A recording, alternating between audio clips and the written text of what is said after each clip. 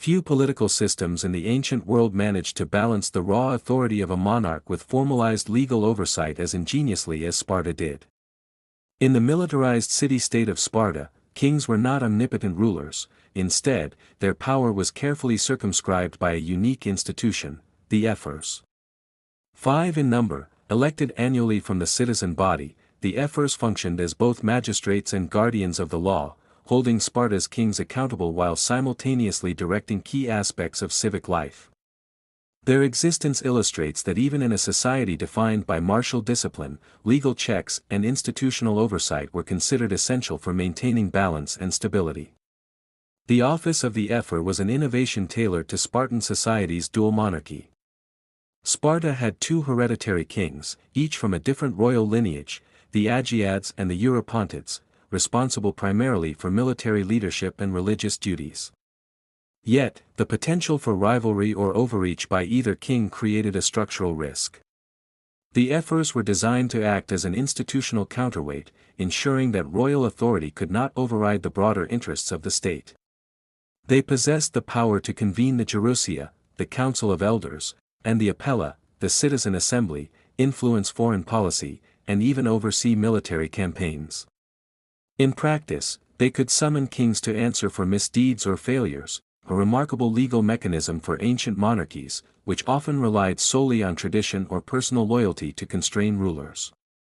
Legally, the Ephors wielded extensive powers over both civil and criminal matters.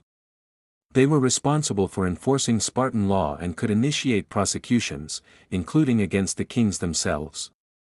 For example, kings could be tried for dereliction of duty, violations of religious law, or failures in military command. In these trials, the Ephors could act as prosecutors, arbiters, and enforcers, a concentration of authority that allowed them to maintain the delicate equilibrium between monarchy, oligarchy, and citizen participation. Moreover, Ephors monitored public behavior, regulated helot subjugation, and controlled foreign relations, giving them a practical oversight that extended far beyond mere ceremonial functions. Their role blurred the lines between legal supervision and political strategy, reflecting the Spartan belief that law and governance were inseparable from the city's survival. The annual election of Ephors further reinforced their accountability. Unlike kings, whose office was inherited for life, Ephors were chosen by the citizen body and served for only a single year, making them directly answerable to the population.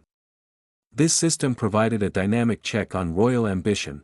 A king who attempted to dominate the political sphere risked being opposed by a newly elected set of Ephors. At the same time, the short tenure of Ephors prevented them from consolidating power permanently, maintaining a balance between stability and rotation. Historical accounts suggest that Ephors could even bring kings to trial in extraordinary cases, sometimes resulting in exile or other sanctions, a testament to the legal teeth of their office. One of the most intriguing aspects of the Ephorate was its intersection with Spartan religion and ideology. The kings were sacred figures with religious duties, overseeing sacrifices, interpreting omens, and leading armies in sacred rituals, yet their divine aura did not exempt them from civic scrutiny. Ephors, as interpreters of law and protectors of the state, held a quasi-religious authority themselves, capable of sanctioning kings without violating sacred norms. This duality exemplifies how Sparta embedded legal oversight within a broader cultural framework. The state's welfare was paramount, and even kings were subordinate to it when necessary. Nevertheless, the power of the Ephors was not unlimited. They operated within a system that relied heavily on the Gerousia, a council of elders composed of men over 60, including the kings. The Ephors could propose actions, supervise the judiciary, and summon assemblies, but legislation and major policy often required cooperation with these elder statesmen. Furthermore, the Ephorate's authority depended on the compliance of the citizenry and the army. A strongly supported king could resist ephoral pressure if the population or military loyalty aligned with him. This interplay of institutions created a complex network of checks and balances, ensuring that Spartan politics remained both disciplined and adaptive.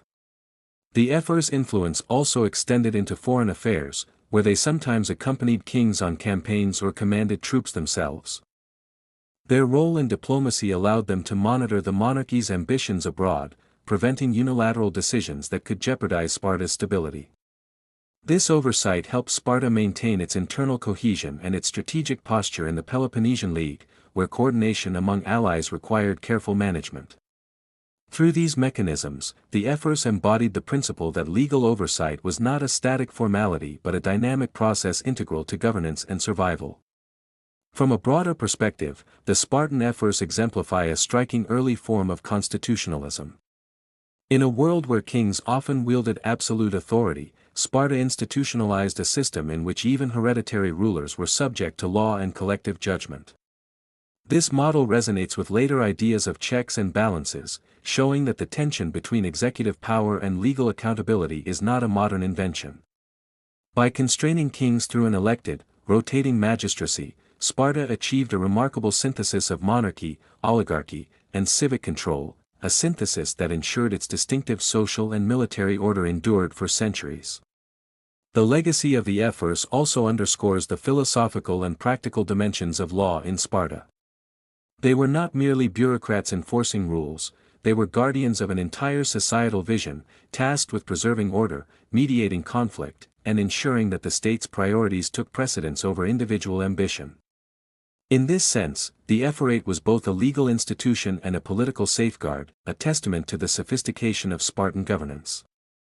Their power to check kings, influence policy, and prosecute offenses illustrates a sophisticated understanding that authority must be accountable if a society is to survive, especially one as austere and disciplined as Sparta. Ultimately, the Spartan Ephors demonstrate that legal oversight in the ancient world could be both formal and functional, balancing the privileges of kingship with the imperatives of civic stability. By giving elected magistrates the authority to supervise, sanction, and regulate even the highest officials, Sparta created a unique form of governance that combined hierarchy with accountability. In doing so, it challenges modern assumptions that legal checks and executive power are purely contemporary concerns. The ancients grappled with these issues with remarkable ingenuity, and the Ephors of Sparta remain an enduring example of the institutionalized balance between law and monarchy.